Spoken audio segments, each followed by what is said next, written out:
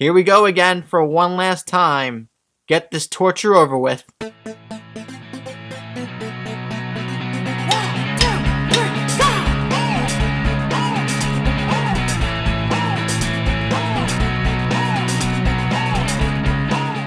Hello everybody, welcome to the MaffmanJones movie channel. I'm your host, John Maffio, and today's featured film is 50 Shades Freed. It's the last of the 50 Shades trilogy that involves Anastasia Steele and Christian Grey, the most toxic couple in cinematic history right now. But the plot entails that this couple actually gets married. These two get married, and then she gets pregnant, and they're just gonna go about their day and have a kid, and everything's gonna be fine. But the whole film is basically them just having issues with their marriage, dumb issues with their marriage, Christian getting insanely jealous and insecure over the dumbest shit, and this guy Jack Hyde, who was fired in the last movie, comes back with rings around his eyes and having the most luscious hair, just looking extremely antagonistically sexy. Going around just doing whatever he wants to try to ruin Anastasia and Christian's lives. But yeah, the whole movie's really nothing. It's a movie about nothing! So, let's get into it. The acting, for the most part, isn't good. Christian Grey, Jamie Dornan, he doesn't improve at all in these movies, but I don't think it's really his fault. Dakota Johnson is actually the best part of these movies, and she actually gives integrity to her acting, and I think she does a really good job of what she's given, the material anyway. The screenplay is the worst, but that's a given. The only thing that's really, I can actually give this movie credit for is that shots are composed and framed as one would compose and frame shots in a movie. And they use exotic locations, and these locations, for the most part, look really well lit. Like we're watching a motherfucking soap opera. And the story is one of the worst things ever. Just the idea that these movies are set with the tone of being taken super seriously makes them so boring. Especially, this is the most boring one of the bunch. There are hilarious moments, unintentionally hilarious moments, but it's just boring. My mind was drifting off all the time because you got Christian and Anastasia bickering about the dumbest things, and the plot is so monotonous. It's easy for you to drift off or fall asleep.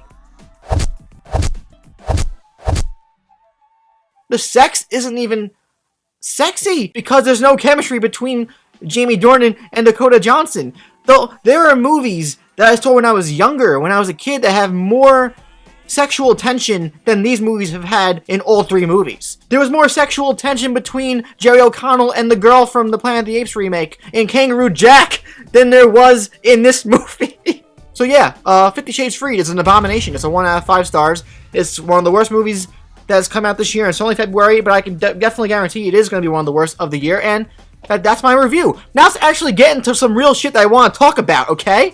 I think, looking back on this now, the whole time I was thinking that it clicked in my head now for some reason that if we actually had creative and talented people in charge of these films instead of the actual author of this Twilight fanfiction, sorry E.L. James, but no. This whole trilogy could have been something in the same bloodline as an Austin Powers or a Scary Movie even, maybe. Not specifically spoofy, but I think there is some satirical material here that could be made into a really entertaining movie or movies. Would it be offensive to the author of 50 Shades of Grey? Yes, but who gives a shit, really? But I think really, with a really good director and directors, a great cast that knew they were getting to something that's just overtly silly, and just a direction that is satirical but also could have serious moments too. There are aspects of this franchise that can be taken in a serious light. There is an airplane, a Naked Gun, a Spaceballs, a Mel Brooks type of comedy in there to make a really fucking hilarious movie. And I think that that's what they should have done with these movies.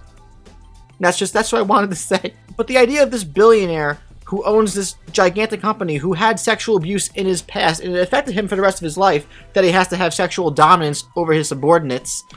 And then you have Anastasia Steele, who is this young woman who wants to get this attention, and she's sexually aroused by this guy, and then this whole contract where he could just have sex with her whenever he pleases and wants.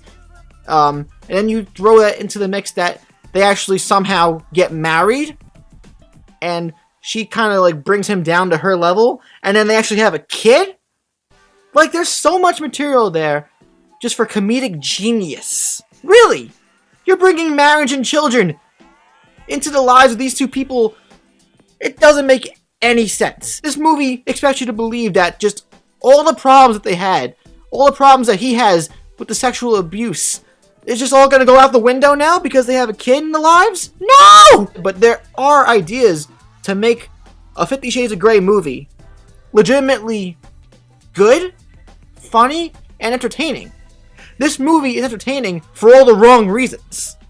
Because you're there to make fun of it the whole time. Because it's taking itself so seriously. And it's so boring that you start making up in your own mind ways to make the movie better for your own self-enjoyment. But yeah, without getting into like extreme detail, that's what I think about this whole 50 Shades thing. If it clicked in my head now, or maybe I mentioned it before, I just don't remember, but I think the approach they took to this whole franchise was completely wrong, and I think they could have actually been potential for something great.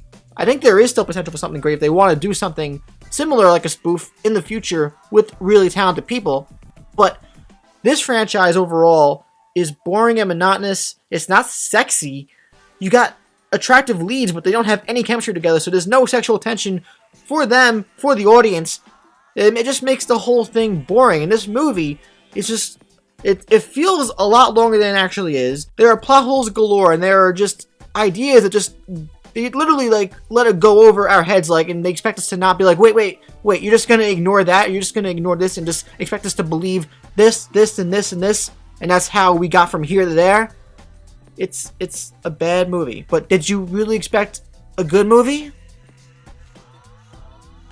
But that's my video for 50 Shades Free. Now I want to know from anybody out there who has seen this film over the weekend and Valentine's Day, like I saw it last night with my girlfriend. What did you think if you saw it? Let me know in the comments down below. Do you agree with what I'm trying to say here with the direction of this whole thing and what could happen in the future? If you enjoyed this video / editorial, please like, subscribe, and check out my Stardust and social media accounts down below. I'm John Maffio, aka MaffmanJones, and we're free to this shit forever. Mostly, I think. You never know, they'll have something else somewhere. They'll make something just as dumb in like 4 or 5 years. We'll see. I'll see you guys on the flip side.